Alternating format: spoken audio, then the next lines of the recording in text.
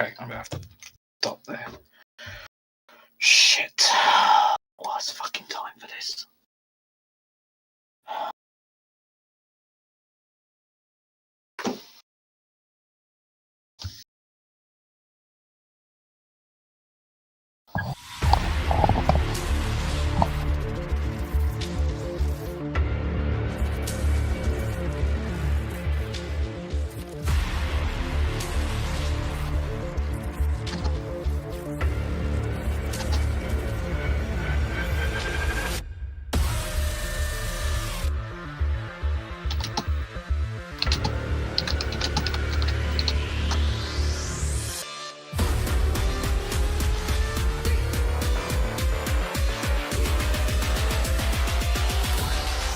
Welcome aboard.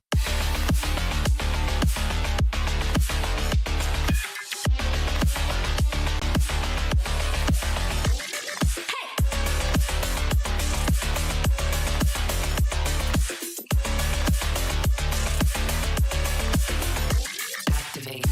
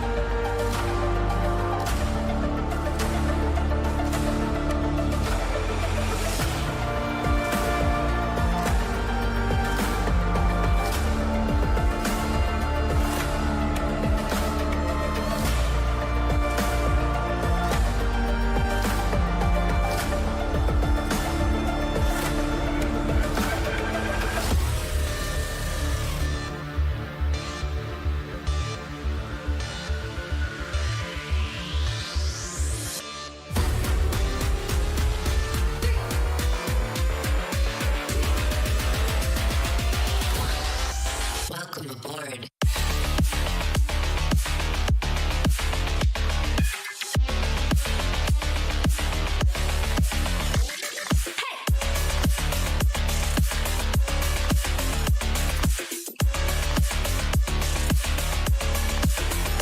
Activate.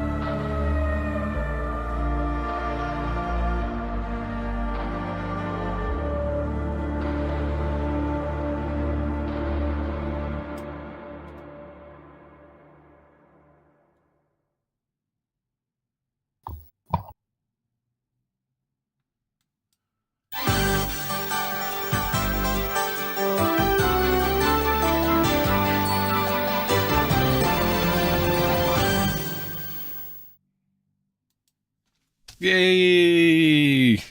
How's everyone doing today? Just 15 minutes past, but we're here. We're Only here. 15 We're here, minutes. guys. Oh my god, the technical issues, the running around. Oh my days, Lee. And all of a sudden, this thing has turned up here. I have no idea what this is. I don't know where this is. It's still here, guys. I can still confirm from Monday I did not steal Alex's lava lamp. I have to keep stressing that. I did. Sunday roast. I have to keep putting that out there, Lee, because people are accusing me of stealing it. I saw you on Sunday roast. You're really good. It was a really good show. Nah, you're just saying that. no, it was really good. There was I forgot the name now. She's like a specialist in immigration. Yeah, she was very good. I've seen her before on other things. Oh yeah, her famous one of taking down Jonathan Gullis was a sight to behold for sure. Yeah. But she was absolutely lovely. It was lovely to chat to her, it really was. Yeah. And Alex, of course. Alex is at the moment travelling in Europe looking, and he just tweeted, I think about a couple of hours ago, where's Max? With Oh, in Paris? Is that the Paris one? Yeah. Yeah, I saw that one, yeah. But hello, everybody. Welcome to Season 3, Episode 15 of the Snowflake Show. I am your co-host, Reganelite, alongside... I'm Lee Corn. I'm just in Regan's volume. There we go. Yeah, let us know if the volume's okay. Guys. Okay. And over the next hour plus or so, we're going to give you the latest news and views and share some good news and a funny one too. I hope you added that funny story in just because of the title itself. Yes, I'm telling you, give me a little giggle when I read the title. Yes. You're all right. Who have you been, Lee? Are you okay, buddy? Oh, we didn't even have time to say hello to each other. No, really. It was literally like, "You all right? Yeah, I'm all right. Yeah, just doing this. Right, okay, I'll leave you to do it." Yeah. No, it's been a mad week. He's taken me. My dad's right. So, background, my dad's gone into a care home because he's had some health issues. So, for the time being, just see how he does. He's going to a care home.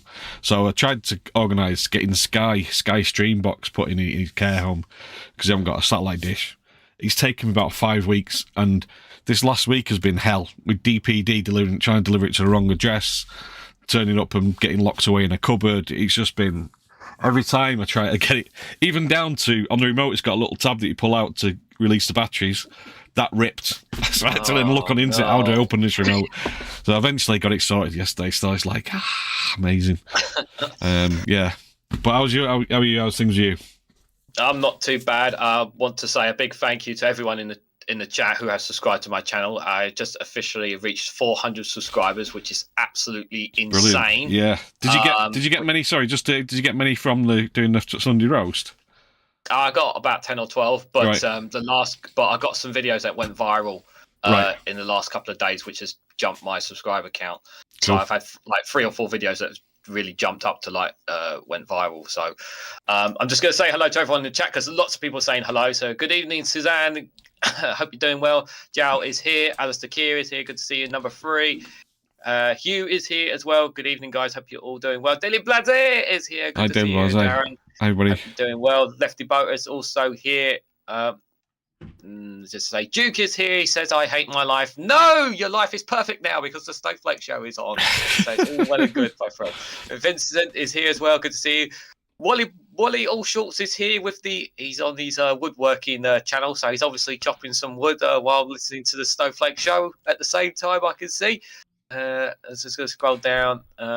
Just see. He had his chopper out before on a video I saw. His big chopper. I'm just going to see if there's anybody else who's joined the chat. Kendra is here as well. Good to see you, Kendra. Hi, Kenzie.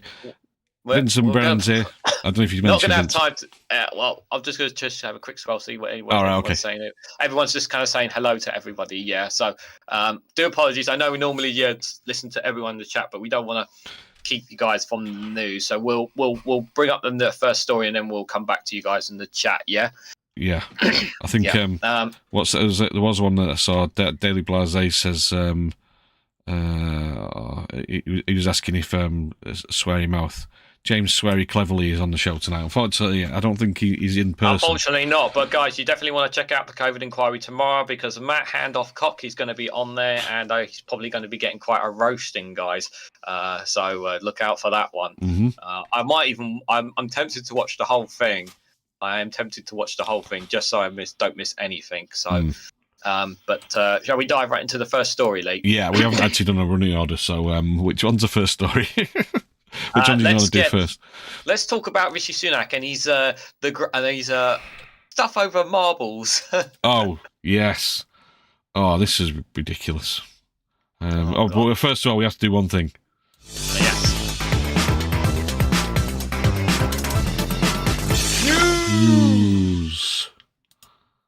So it's been confirmed that Rishi Sunak has officially lost his marbles, as confirmed by Sir Keir Starmer in Prime Minister's questions. If you did not hear that, this grandstanding over the Elgin Marbles is nothing more than a complete and total distraction, guys. If you haven't already figured it out, he basically had a hissy fit because Keir Starmer met the Greek Prime Minister first. And because of that, he's basically had to throw his toys out the pram, saying, "Well, that's not fair."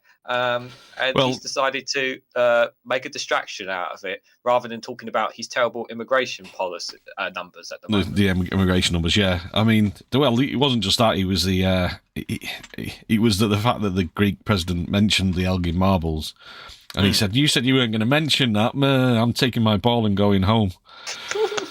And it's just like, it's so pathetic, so petty, and it's just, Keir Starmer ripped him a new one today in the in PMQs. I don't know if you saw it. Yeah, it was absolutely brilliant. PMQs was absolutely brilliant. It was his best performance. Yeah, and I have to agree, it was his absolute best performance. It absolutely roasted Rishi Sunak. And the thing is, it's like, Keir Starmer is known as a bit of a stale man, but today, he was on fire today. He actually had some fun and enthusiasm in him with his catchphrases and lines and all that. Talking about Greek mythology, what was it? He was saying about something about Greek, but he said, "But enough about the Conservatives." That line was absolutely brilliant.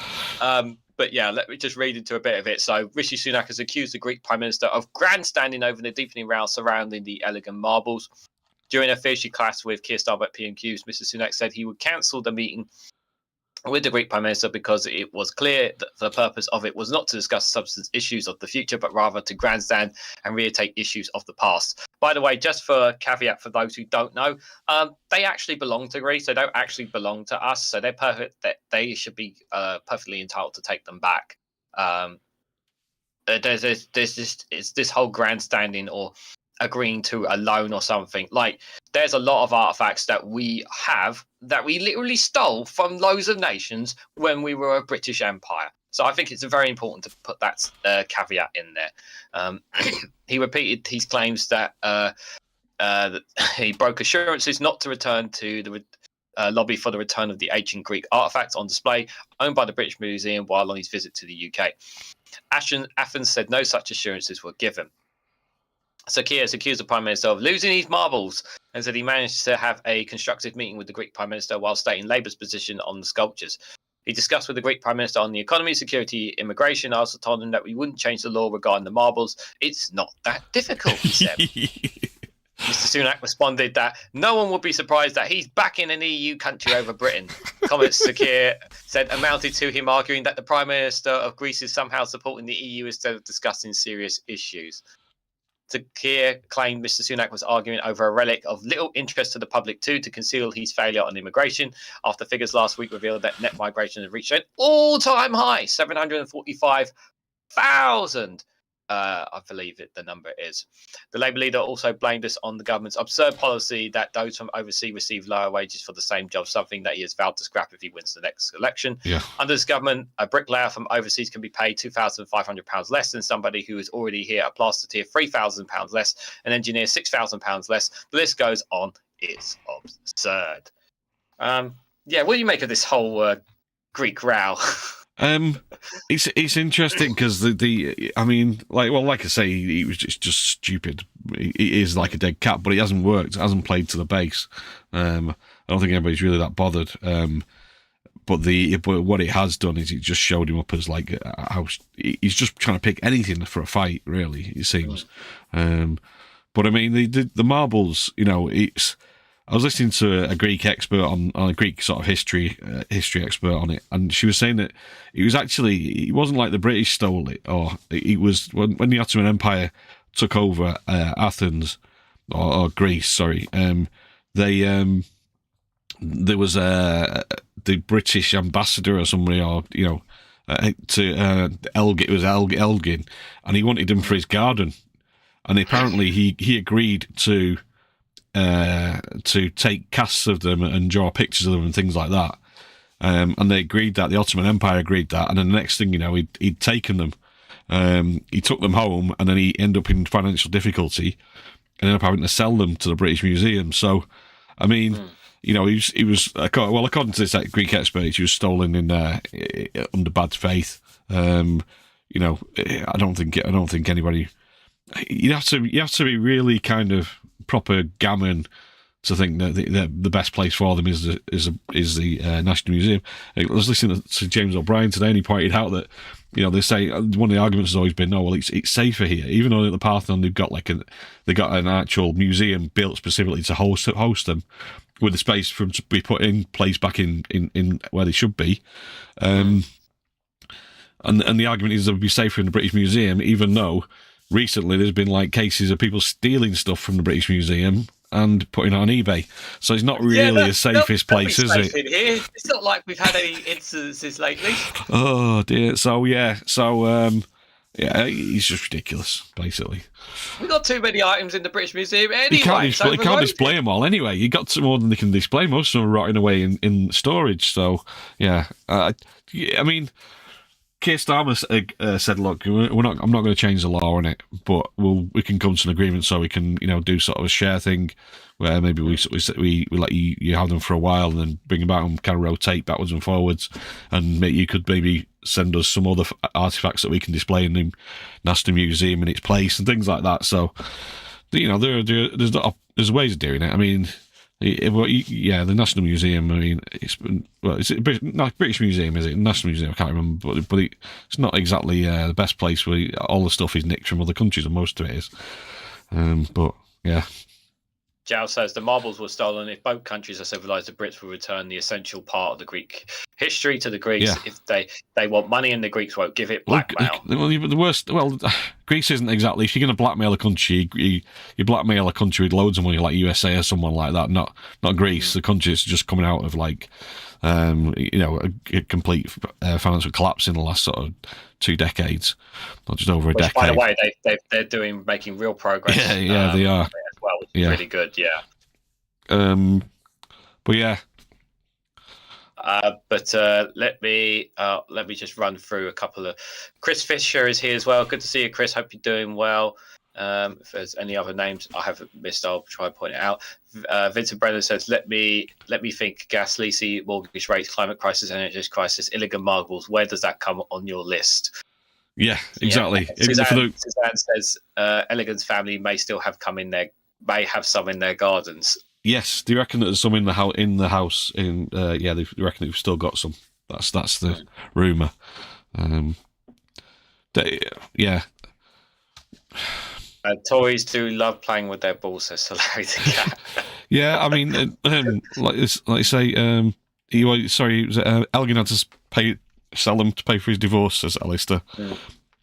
Yeah, Allshaw says the agreement was the occupiers of Greece at the time. Yeah, it was. Everyone in Europe is making fun of the little PM. I would be ashamed, says Jal. Yeah. Prime Miniature Small Marble, says Alistair. Yeah. Suzanne says say the Greeks should take Stonehenge if the Peppermint marbles aren't returned. Well, it'd be a bit hard for them to take them, but to be fair, there was a time where I remember I actually went to Stonehenge and actually got to touch them when they didn't get charged and they weren't blocked off and all this kind of thing it is now. Alistair Keir says, "Look, squirrel! Look, marbles!" Yeah. Like say on the ground, I bet most of the MPs, the Tory MPs, when they go out on they're probably fuming because when they go out to campaign, people won't be talking about the Elgin Marble and Parthenon Marbles. They'll be talking about, like you say, like someone said in the chat there, cost of living, interest rates, or electricity bills, those sort of things. They're not going to be talking about the Parthenon Marbles. Number 3 says there were debates some years ago about returning standards ones at the Battle of the Waterloo to the French as well. I don't see why not as well. David Gerard is here as well. Good to see you, buddy. Didn't see you there, just seen it. Greece compensated London for the marbles. It's like buying your car from the person that stole the car from you, says Joe. Pretty much, yeah. Shall we move on? There was something else I was going to say, but I can't remember what it was. We'll probably pop it in my head in a bit. I'm covering this in a video tomorrow. I just want to get your thoughts on the one about the Home Office. There's the one from the Home Office losing quite a few people. Sorry, just going back to the immigration issue. So, I mean, immigration is quite high because, well, we've got people coming back from Afghanistan. Also, we had, obviously, Hong Kong. We've allowed a lot of people to come over to get away from the Chinese clamp down and crack down on free speech and things like that. So they both added to those numbers. But I mean, it's this thing of why they make out that it's just a Tory right wing place to the base, make a big thing about immigration being a bad thing. Every time it's like, oh, look, all these people coming over. It's just, we need people. We're short of staff. Everywhere's short of staff. Airports, the hospitality industry, the NHS. We need people. We need trained people as well. Anyway, most of the people coming from Hong Kong are probably quite highly educated and trained as well, the professionals. Yeah, immigration is high because of the high amount from Hong Kong and Ukraine. That's one of the Ukraine as well. High as well. So it's an important distinction. Let's move on. There's one. I have a video dropping on it tomorrow. Same with the one that you wanted to cover as well. So I don't want to talk too much about these, but the headline is the Home Office losing 17,000 people whose asylum claims were withdrawn. The Tory MP queries claims marked withdrawn as the government tries to clear the backlog by the end of the year. So I'm not going to give too much thought on it because I want to save it for my channel. So if you guys want my deep thoughts on it, you could check out the video tomorrow. But essentially, Rishi Sunak has been accused of losing control of the UK borders after the Home Office admitted that it does not know the whereabouts of 17,000 people whose asylum claims have been withdrawn, amid a stalled Rwanda deportation scheme and rising costs for housing people seeking refugees in hotels. Senior civil servants in the department were told by the Conservative MPs and Deputy Party Chair Lee Anderson that they haven't got a clue after failing to provide answers on people seeking refuge in the UK or foreign offender removals. His comments emerged an hour before the Prime Minister was accused by the Labour leader Keir Starmer of facing an open revolt from the Tories after losing control of the borders. At a meeting at the Home Affairs Select Committee, the Conservative MP Tim Lonergan questioned why 17,316 asylum claims have been withdrawn from the year to September 23 and whether the Home Office knew where the former claimants were. Simon Riley, the interim second permanent secretary at the Home Office, replied it was not fortuitous in dealing with a lot of older cases that there have been some of those people who have been obscured at that point, he said. Asked by Law if he had any idea where the 17,316 people were, Ridley said, I don't think we know where those people are. No. Yeah, it's worrying because chances are a lot of those people are going to end up in human slavery. That's a worry. Not great, is it? This is the thing. They can't house everybody, so they just let them go and say, "Oh, stay out of trouble. Let us know where you are." But then they don't keep track of them. There's too many people on that. They let the backlog get so bad that it's unmanageable now. But yeah, what's your thoughts on it? Well, you want to do it on your video, so yeah. Well, I've already done a video for it, so I don't really want to talk too much about it. But pretty much in agreement with pretty much everything you're saying. Let's just see if any of you guys are saying anything about it. Alistair Keir says the snow is falling, so apparently there's snow falling up in Scotland at this time. Yeah, there's none here. It's really cold. It's just cold. Lefty Boat says it's the canal's freezing over, starting to freeze over -2.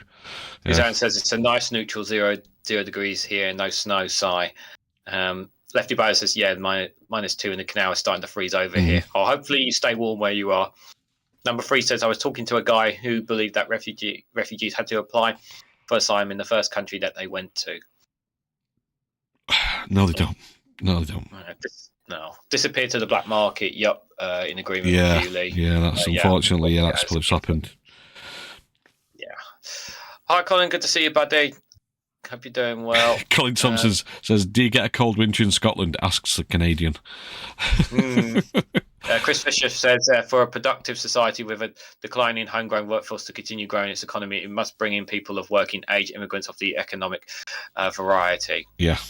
Number 3 says it's the Snowflake show because it's not snowing. Yeah, very good. It's snowing in Regan's background. There you go. There'll be no. I always have a snowflake in my background. 9 times out of 10, to be fair.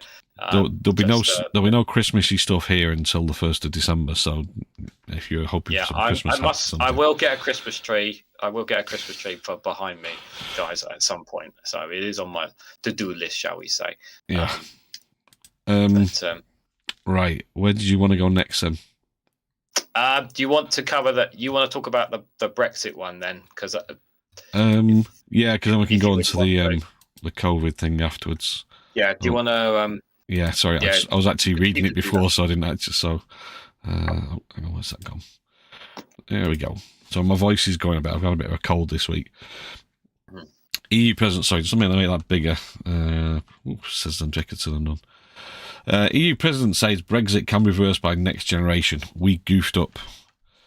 So this is in the Independent. European Commission President Ursula von der Leyen has said young Britons can still reverse Brexit by deciding to rejoin the EU in the years ahead. The top EU figure said it was up to the next generation to fix the mistakes made by British politicians on Brexit in surprise remarks. Ms von der Leyen also suggested that the UK was on a clear direction of travel towards rejoining the bloc in the future amid growing frustration among voters with Brexit's impact. Asked if Britain could ever rejoin, she told Politico, "I must say, I keep telling my children, you have to fix it. We goofed up, you have to fix it." Ms von der Leyen added, I think here too, the direction of travel, my personal opinion, is clear. The Brussels chief also described the Windsor Agreement that she struck with Rishi Sunak on Northern Ireland as a new beginning for old friends. Number 10 immediately rejected the idea of reversing or fixing Brexit in response to Ms von der Leyen's provocative remarks. Ms Sunak's official spokesman said Brexit freedoms were allowing the UK to diverge from Brussels on immigration, animal welfare and medicine procurement. We are focusing on delivering Brexit. We are focusing on the benefits and opportunities Brexit can bring. I mean, that's ridiculous because Brexit freedoms, so basically immigration, that isn't really working, is it? We're not bringing, and even tourism, we're not bringing tourists in because they can't use ID cards to get in now. Animal welfare is just divergence to allow us to bring stock animals or food, meat from Australia and places like that where it's not treated as well. Medicine procurement, now that's going well, isn't it? The shortages of medicines, different things, that's going horrendously bad. I mean, I'll give a little bit of thoughts, but I've got a full video dropping tomorrow on 9 on this very article. So if you want to hear my full thoughts and the article in full, you can check out the video tomorrow, guys. But just on the premise of obviously saying they're delivering Brexit, we know it's not been delivered at all. We know that we're shutting out our friends across the European path, across our neighbourhoods, and trying to go for people in the CTPPB deal or something CCP. That's trying to be. Yeah, I've tried to say it. You try saying it 4 times. CPTPP. Yeah, it's just. Yeah, obviously I'm actually, the thing is that I know I said this I'll say it in the video. I'm actually surprised. Why now? Why is she saying this? What's the reason? What's the angle here of her saying this? I know that David Cameron is in Brussels, at the moment, looking to secure trying to sort out a deal, obviously, with Gibraltar as well, because there's been an issues with Gibraltar, because there still hasn't been a deal sorted there. So there's that issue as well. So, but I just don't. I'm kind of thinking, what's the reason for her to be coming out with this now? Is the question. I don't really know. Well, kind of know what's about this. I think there must be an element of Keir Starmer is obviously talking about retaining or working back towards equilibrium on standards. I've got what the phrase he used, but so that that would be the first step towards rejoining, even as rejoining like a single market, the customs union. Then you've got. I think he's obviously. The Greek leaders spoke to Keir Starmer before he spoke to Rishi Sunak, which obviously has caused all the aggro. So he's obviously seen as the leader in waiting, the prime minister in waiting. So it's just a case of there's no real point in dealing with. We need to look forward to what and try and see what Labour's going to do, and hopefully. You don't know what he's been saying in the background to the Europeans, but I mean, Rishi Sunak pulled the old EU button, pressed he wants to rejoin button in PMQs today, and that was. I just think that everything's heading that way, so she can see the way it's going, and she's just kind of maybe giving it a little nudge as well, just sort of opening the door a bit, say we're interested in doing it. How quickly that would actually happen or not is, that'll be have to wait and see. But it's interesting when he accused Keir Starmer in PMQs, Rishi Sunak of defending the EU country. And he said that when he was asked by Classic FM to choose his favourite tune, he said that it was the Ode to Joy. And he said he literally wants the EU anthem, prefers the EU anthem, and he was like. James O'Brien said, how old he was how old Rishi Sunak was when Keir Starmer actually. Oh no, it was about immigration, wasn't it? He was saying about immigration that there's nothing wrong with immigration kind of thing. I can't remember the actual phrase he said, and he was actually Rishi Sunak was 8 years old when Keir Starmer said that. That was how long ago. He was dredging up the past. But yeah, he's kind of like trying to push the old Brexit's not safe. But I think. That tide's turned anyway, and that argument has been lost. People are moving away from the idea that Brexit was a good idea. It's people. Well, the vast majority of polls are people regret the vote anyway. There's countless votes, countless polls coming up consistently saying that. Just want Scotland to get his freedom to come back to the EU, says Suzanne. I believe I even mentioned Scotland on tomorrow's video, so definitely check that out. Duke Venture says, look, lol, oops, gone, done goof, don't worry though, it's only the rest of your life being completely ruined. It's only the rest of the country's lives being ruined as well, yeah. Thanks, Duke. Yeah. Might as well go back to your Minecraft world, buddy.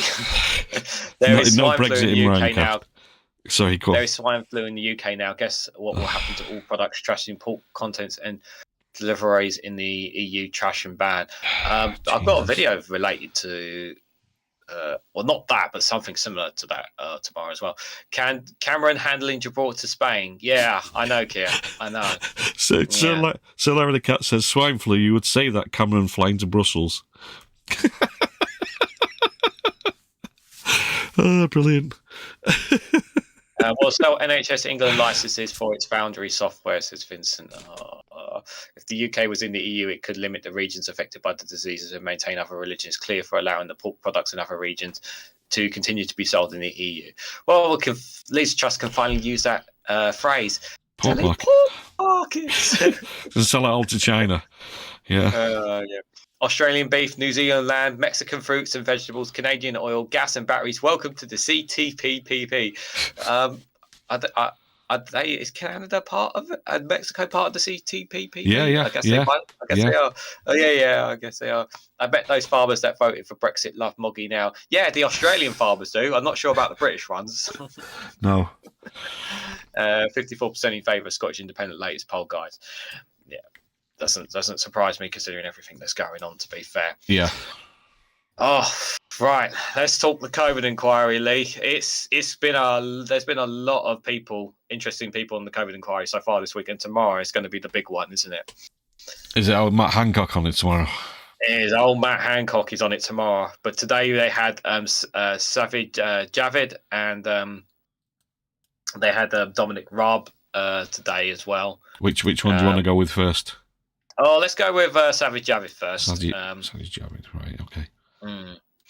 I've only just seen a few clips of it, but I'll just read because originally I wanted to actually, because I actually have there's some good Twitter handles like I showed on Monday to you guys about some guys who are getting some nice clips. We didn't have time to get the clips ready for you guys. It would have been better if we had the clips, but Rishi Sunak pushed hard for lifting the COVID rules of the inquiry. Here's the inquiry. Here's extracts from Patrick Vance's diary as Sir Javid and Dominic Raab give evidence to the inquiry. So Rishi Sunak was pushed very hard for lifting all of the lockdown restrictions during a meeting in July 2021, where Boris Johnson referred to people as, I can't say that word.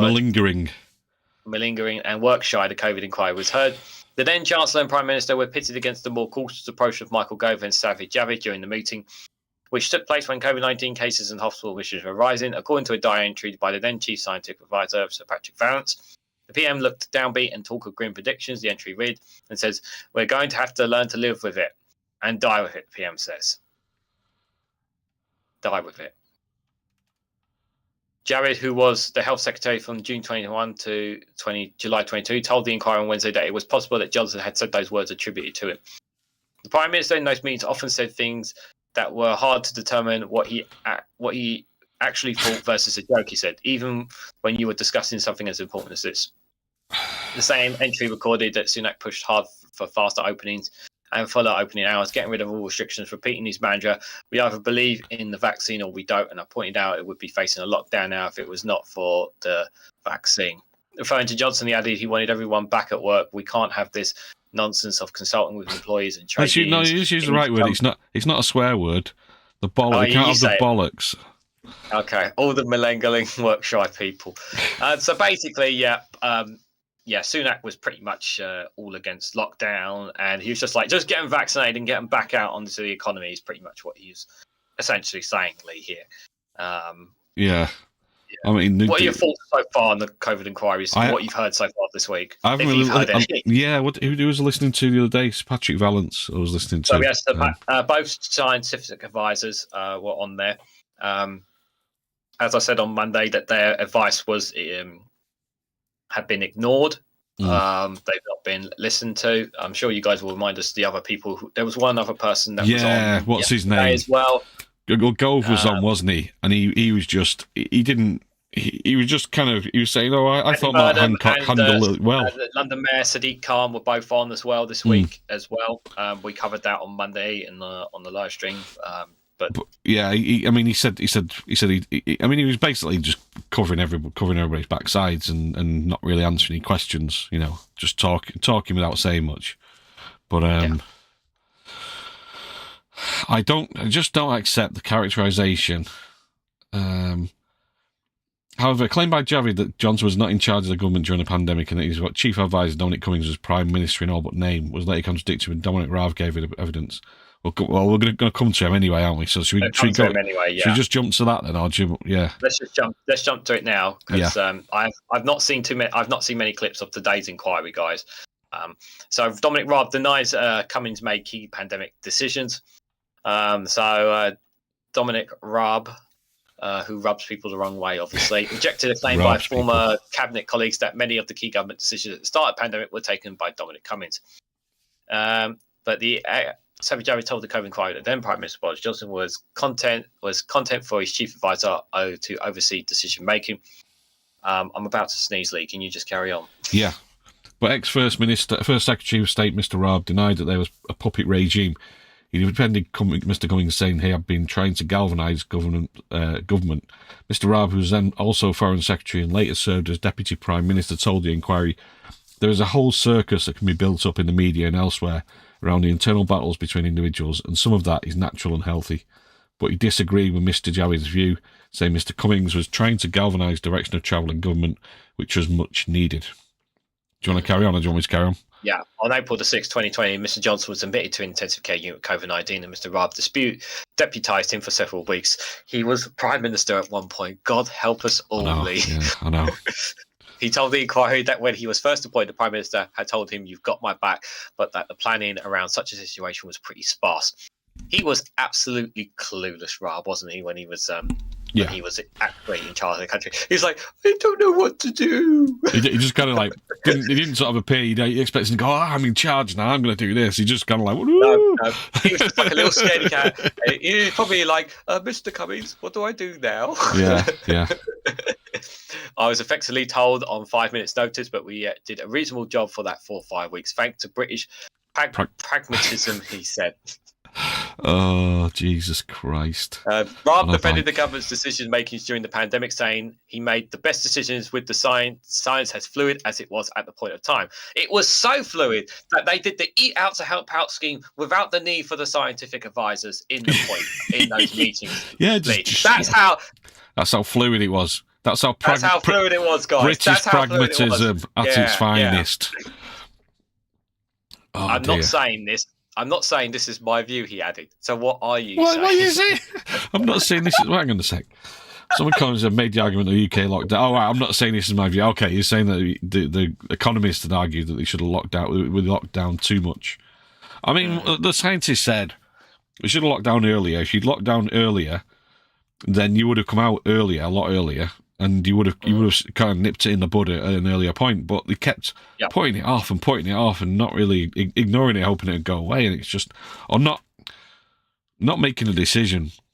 Johnson is known that he didn't like making tough decisions, so he just put it off instead, and that just made things worse, and resulted in tens of thousands of extra deaths. Ultimately, so. But yeah. Anyway.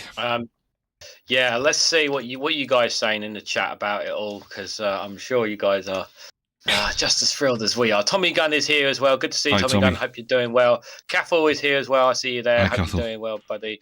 Was that a pineapple boy there? There is a pineapple boy here as well.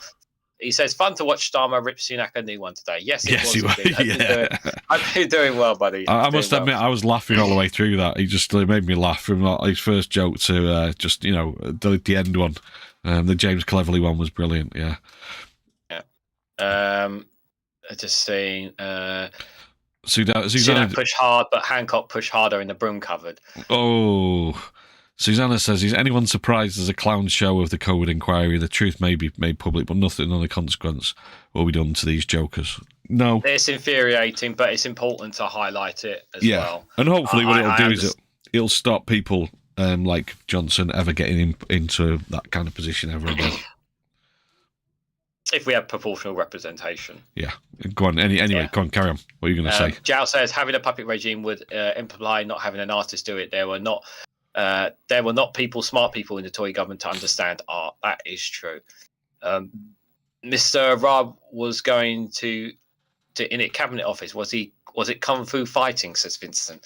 I wouldn't put kung fu and Dominic Raab. It's not a combination I would approve. No, he is. He's a martial art. He's like an expert in some martial art. He's like he does not have the face of a look of a man for kung fu. But yeah, that was right. He's spitting image. Puppet had like a bandana, like he was dressed like the Karate Kid in spitting image. Well, at least he knows about the Dover, the issues at Dover and Calais. At least he knew about them, right, Lee? He found out about them. He didn't know at the time, but then he found out. Oh, he didn't. That's right. Yeah, we particularly rely on the Dover Calais board. I didn't realise that was a big thing. Yeah. Oh, I know. It's the first time for everything, guys. While Johnson was in hospital after asking questions like, if a blowdryer could kill the virus, they should have neutralised him. That's a bit much now, Susan. No. Should have neutered him yet. Well, yeah. No, that's true. It wouldn't. He has produced allegedly quite a lot of children, so that's probably a good thing, actually. Yeah, he should have done. Mind you, I did say allegedly on the record. We're going to need more people with an aging population and not letting any immigrants in. We're going to need a bigger population, more kids being made. Although I don't know about dysfunctional, entitled, private school educated kids spawned with Johnson. I don't know if we need more of them. I suspect Toys not. to spare as Starmer lands a joke a few. Yeah, he's landed some really good ones today on the yeah. I studied martial arts, Chinese martial arts, and Raab looks like one of those puppets we used to beat up in class as Jow. Mr. Raab, a karate black belt. Oh, black belt in origami, says Hugh. That's an art. Yeah, I'm not going to challenge him to a fight if that's what you guys are hoping. No, sorry guys, I'm not going to go that far. But yeah, yeah. Well, obviously, I'm not sure. I'm not sure if I'm going to watch the whole thing or not. But I'll definitely, we'll definitely be looking at it closely. I will still be doing the normal live stream tomorrow, but I may do a bonus one, maybe, or maybe like a bonus one before or something, just to talk about it, because I do think, yeah, him on the inquiry is the big one that everyone's been waiting to hear from. I think out of all the people on the COVID inquiry, he was the one everyone wants to hear from. So I might even live stream it. I don't know, but we'll see. Yeah, we didn't mention James Cleverly. Keir Starmer's joke about James Cleverly at the end of PMQs. No, we did not. What? Oh, I can't remember the joke now. He was. I can't remember the joke. It was something about the Tories are full of, and he paused and he says, perhaps the Foreign Secretary would. The Home Secretary. Perhaps the Home Secretary could fill in that word. Yep. Or words to that effect. Yeah, that was a joke. But it was yeah, and the whole house was roaring with that one. That was the Tories probably found that funny. Yeah, apologies, guys. We should have got some clip. We didn't have time to get some clips up. We would have gotten lots of clips up today, considering how much of a joke the PMQs was. But I hope you guys did enjoy it. That's for sure. So we got a really nice, warm-hearted story from Sky News, and then we got this absolutely hilarious one. So which one do you want to go with for? I'll go with the Northern Ireland one first. Yeah. Yeah. Okay, so this one, guys, you may have heard of this one. This is absolutely, I love this. So, Charlie's Bar Christmas advert, Northern Ireland pubs, £700 tear-jerker video goes viral. The bar manager says the reaction to the advert, which highlights how lonely people can feel over the festive period, has been amazing. This is lovely. I definitely, if you haven't seen the advert, guys, please go out of your way to watch it. It's absolutely fantastic.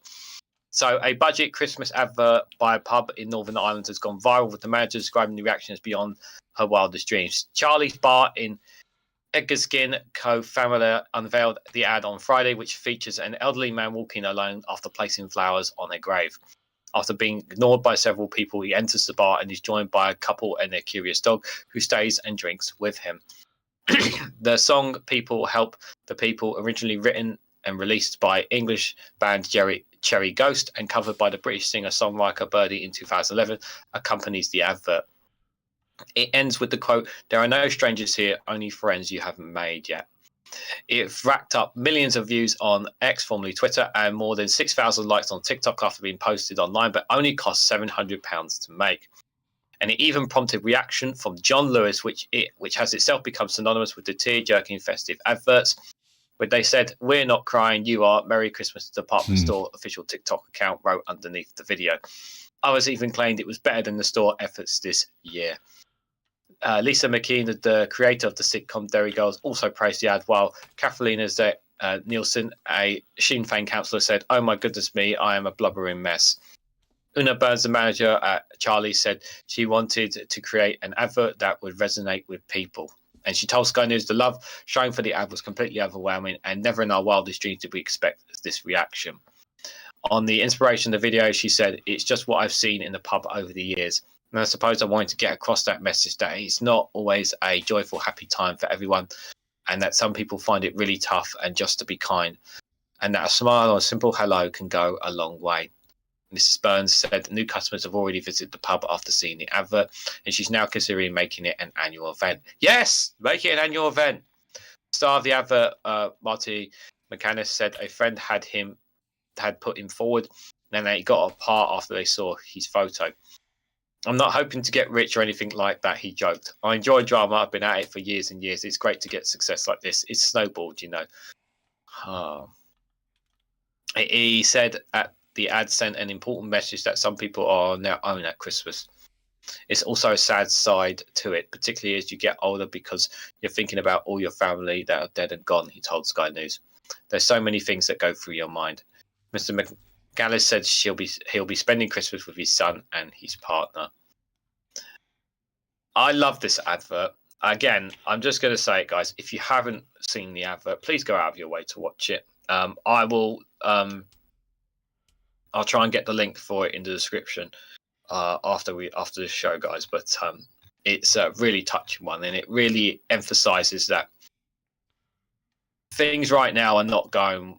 There's a lot of people out there who are suffering as it is this year, and it's much harder. Some people are not going to have a Christmas at all, and this is a reminder that even though some people have absolutely nothing, it doesn't mean that we still can't be there as human beings for each other. No matter how vile this government is, we shouldn't stop being human and being kind for one another, because that's really, really important. Mm-hmm. Anything you want to add, Lee?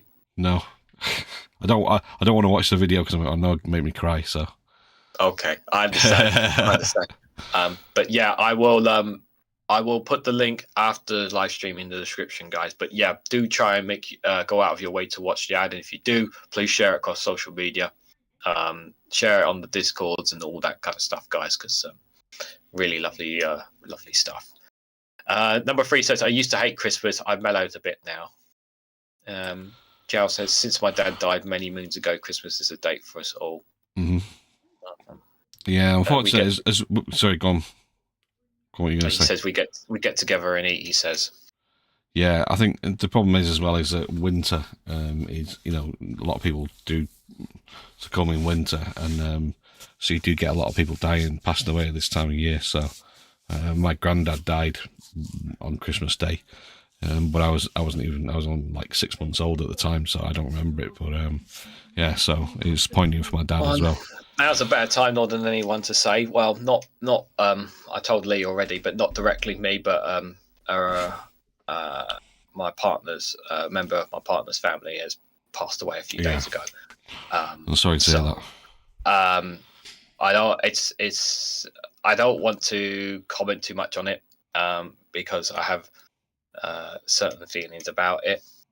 But I will say, as of right now, she's okay. Her family are okay, and just trying to comfort them right now. So yeah. Super Tansky did a video about Christmas being crap for me, says number 3. Yeah, it's not a great time for some people, and it's really important to remind people of that. Just change the subject. Colin Thompson says, does Lee have the Atari symbol on his shirt? Yes, I do. Yes. He always has a great gaming. He has a great gaming shirt every week. Yeah. But soon he will have to cover that up with a Christmas jumper, guys. Yeah. My missus washed all my. She decided she washed all my t-shirts in one go, and she says I'm sick of all these gaming t-shirts. Yeah. Like, no need to apologise, Joe. It's all fine. It's all fine. No, it's all good, guys. It's all good. It's all good. Don't worry. It's something we have to kind of, you can't ignore it. So yeah, it's not. It's a relative I know, but I wasn't close to her like I was with my nan, guys. It's a bit different there, but it's still obviously any life lost is tragic, of course. But yeah, it's fine, guys. I appreciate it.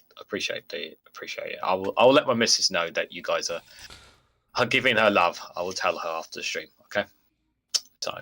But let's move on to something absolutely hilariously. I think we need some laughter after all this. Yeah, I'm not going to reveal the headline yet. So this is no. This is the picture, guys. So when there's certain things that happen in life, and you just sometimes don't understand why they happen. But of all the things, I just don't understand the headline, Lee. Do you want to scroll up and I'll tell them the headline? So Ray Fisher, 70, got his boat stuck under High Bridge in Lincoln city centre. This one, Lefty Boater should be might know this story. So you need to be careful, Lefty Boater in particular. Yeah, we're worried about him. He might fall into this trap here. He was left red-faced after his boat became wedged under the city centre. city centre bridge. The headline is, of course, I got stuck in Lincoln. Wait, where's it gone? Where's the headline? At the top. Is it the top? I've gone past it. Oh, there it is. The headline, guys, is I got stuck in Lincoln's glory hole and was rescued by the fire brigade. Oh, dear. Why did they put that headline in there? He was left red-faced after his boat became wedged under a city centre bridge. Why did they have to use that word? I don't know. Is that what the bridge is called? I don't. I'm sorry. Like, Lincoln, what is the...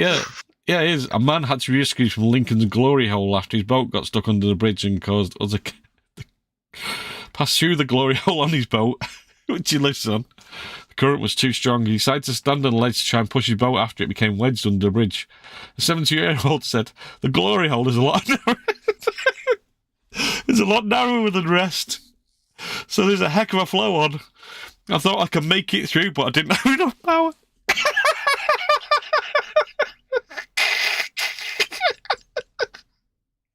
Oh my god! Oh right, sorry, straight face. Oh, I think he's got stuck in it. Oh no, like an idiot. This is so stupid, guys. Like an idiot, I stepped off the boat and onto a ledge to try and shove the boat out. The current caught it and pulled the boat away, so I only had one rope on the back. I was stuck on one side and the boat was stuck on the other side. There's no damage, only to my pride. It caused other chaos with the fire brigade. Sorry, Lincoln Fire Rescue sent 2 swift water rescue teams to rescue Ray from the ledge and assist with removing the boat from under the bridge. He escaped the incident without injury and the boat was undamaged. Is that the end of it? Yeah. That is the end of it, guys. There's a picture of the glory hole. Gosh, Joe says, "Where were you? I got stuck in a glory hole, love." Joe says he had to shake the boat to leave the hole. Is he now sponsored by Vaseline? Says the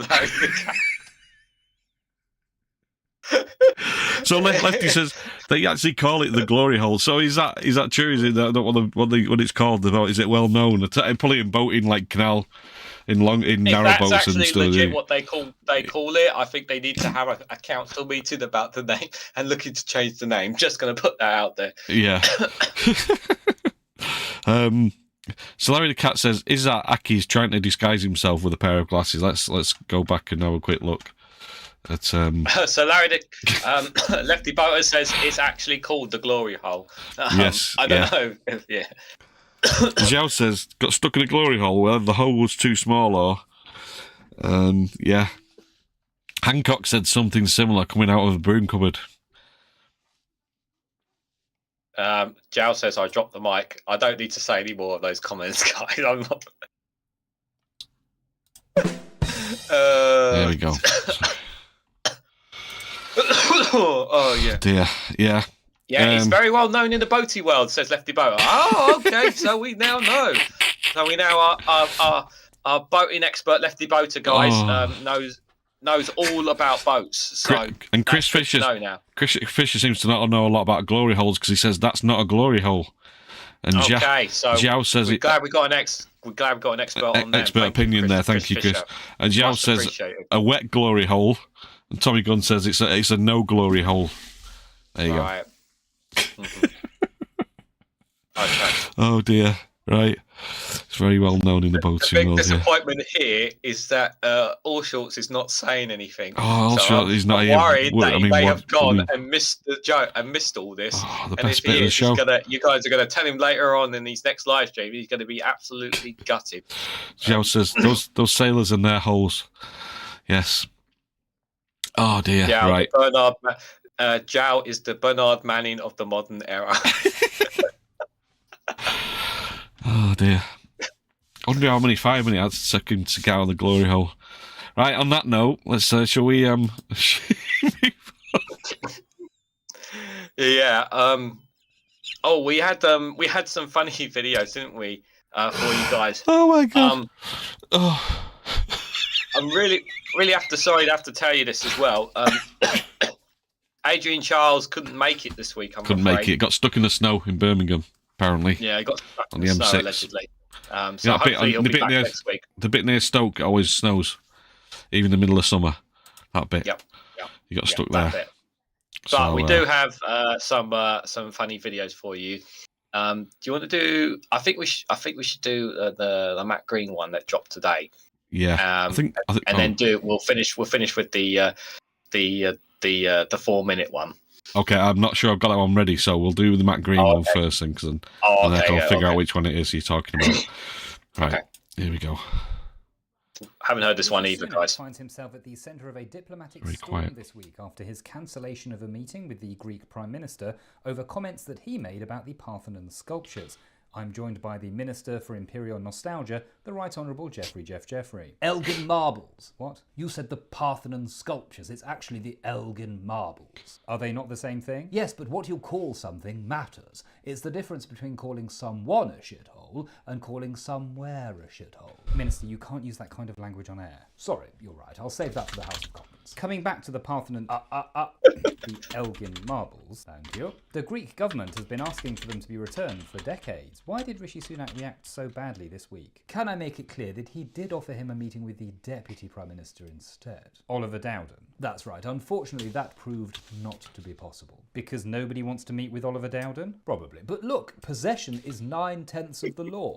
Suella told me that, and I'm sure she was some sort of lawyer. Don't you think this all looks a bit petty? Not at all. This is what people voted for. When? When the will of the people voted to leave the EU and not send them any sculptures in return. I don't remember seeing that on the ballot paper. It was implied. Do you really think this is something voters care about? I know it is. I've had dozens of tweets about it already today. My constituents are furious. Many of them are so furious they keep slipping into Russian, which, as we all know, is the angriest of languages, right? This could be just the issue to firm up the Red Wall, because if people in the North know one thing, it's how dreadful it is to lose something that they relied on.